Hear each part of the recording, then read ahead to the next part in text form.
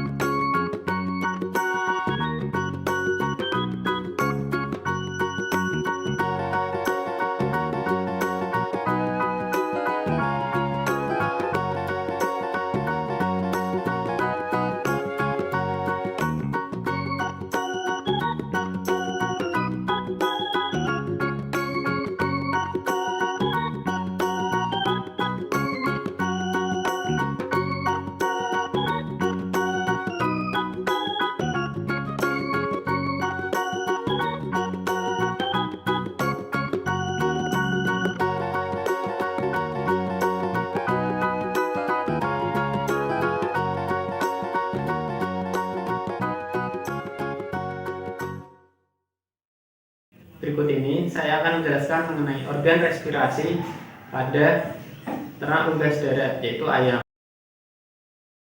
Yang pertama, terdapat hidung. Hidung berfungsi sebagai saluran keluar dan masuknya udara. Kemudian ada laring. Pada laring ini terdapat katup yang dapat membuka dan menutup. Setelah itu terdapat trakea. Trakea sepanjang ini. Nah, di trakea ini berfungsi sebagai untuk menyalurkan udara menuju ke paru-paru. Di pangkal trakea terdapat sering yang berfungsi sebagai penghasil suara pada unggas. Pada pangkal trakea bercabang menjadi bronkus. Bronkus bercabang lagi menjadi bronkeolus, dan yang terakhir sampai ke paru-paru.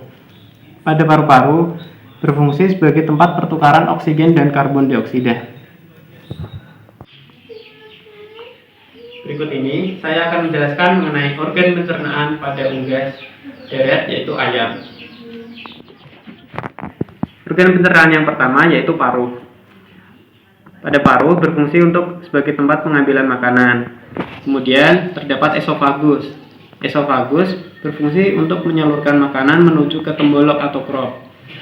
Di sini makanan akan dibasahi dan disimpan sementara. Kemudian berlanjut menuju ke proventriculus dan makanan masuk ke gizzard atau ampelan.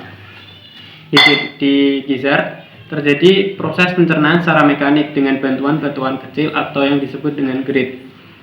Setelah itu masuk menuju ke usus halus. Usus halus terbagi menjadi 3 bagian, yaitu duodenum, jejunum, dan ileum. Di usus halus terjadi proses pencernaan secara kimiawi menggunakan bantuan enzim dan terjadi penyerapan nutrisi makanan. Setelah itu terdapat cecum dan usus besar yang berperan dalam absorpsi air. Dan yang terakhir ada kloaka, tempat akhir dari proses pencernaan dan sebagai tempat pengeluaran ekskreta. Berikut ini saya akan menjelaskan mengenai organ reproduksi pada unggas jantan. Organ reproduksi yang pertama yaitu testis. Testis terdapat sepasang. Di testis ini berfungsi sebagai untuk memproduksi sel sperma dan hormon testosteron. Kemudian setelah itu ada epididymis. Epididymis berwarna putih kecil. Epididymis berfungsi sebagai tempat penampungan sementara sperma hingga sperma itu matang. Kemudian terdapat vas deferens. Ini terlihat putih, tidak bisa dilepas dan menempel di punggung ayam. Vas deferens berfungsi sebagai saluran untuk menyalurkan sperma menuju ke papila. Papila terdapat pada kloaka ayam, berfungsi sebagai organ kopulator pada unggas jantan. Berikut ini saya akan menjelaskan mengenai organ reproduksi pada unggas betina. Yang pertama, terdapat ovarium. Di ovarium ini berfungsi sebagai untuk memproduksi sel kuning telur. Kemudian pada ayam, apabila sel kuning telur ini sudah matang, akan dilanjutkan dan akan diterima oleh ovidat. Di ovidat terbagi menjadi 3, yaitu infundibulum, magnum, dan isthmus. Pertama, infundibulum. Infundibulum berperan untuk menerima sel kuning telur yang sudah masak. Kemudian diteruskan menuju ke magnum. Di magnum terjadi pembentukan sel putih telur. Kemudian menuju ke isthmus. Di isthmus terjadi pembentukan kerabang tipis atau kelabang lunak pada telur. Setelah itu menuju ke uterus. Di uterus ini terjadi pembentukan kerabang telur. Di sini terlihat telur yang sudah jadi dan siap untuk keluar. Telur kemudian dikeluarkan menuju ke kloaka. Berikut ini saya akan menjelaskan mengenai organ ekskresi pada unggas, lebih tepatnya organ urinaria. Organ yang pertama yaitu ginjal. Ginjal ini terdapat sepasang atau 2 buah dan menempel pada tubuh ayam. Nah, di ginjal berfungsi sebagai tempat untuk menghasilkan urin. Kemudian terdapat ureter. Ureter ini merupakan sebuah saluran yang membawa urin untuk menuju ke saluran pengeluaran. Namun, pada ayam tidak terdapat sistem urinary bladder, sehingga urin pada unggas disalurkan bersama dengan feses yang dinamakan ekskreta. Penyakit yang menyerang ternak unggas disebabkan karena adanya virus, bakteri, jamur, dan parasit. Berikut ini saya akan menjelaskan mengenai beberapa penyakit yang sering menyerang ternak unggas, khususnya ayam. Yang pertama ada ND atau Newcastle disease. Penyakit ini menyebar dengan cepat pada ayam. Penyakit ini menyerang organ pernafasan pada unggas. Gejala yang tampak pada penyakit ND atau Newcastle disease yaitu terjadinya gangguan pernafasan seperti batuk, bersin, dan ngorok pada ayam. Yang kedua ada snot atau coryza. Penyakit ini disebabkan oleh bakteri, menyerang pada organ sistem pernafasan. Gejala yang tampak pada snot yaitu ayam keluar lendir pada mata, mengantuk, dan ayam terlihat lesu. Yang ketiga yaitu CRD atau Chronic Respiratory Disease. Penyakit ini disebabkan oleh bakteri. Penyakit ini menyerang pada organ pernafasan unggas. Penyakit CRD ini gejala yang tampak yaitu terjadinya infeksi pada trakea, infeksi pada kelopak mata, dan ayam menurun konsumsi makannya. Cukup sekian penjelasan mengenai materi anatomi ternak unggas dari saya. Mohon maaf apabila ada kekurangan. Terima kasih sudah menonton.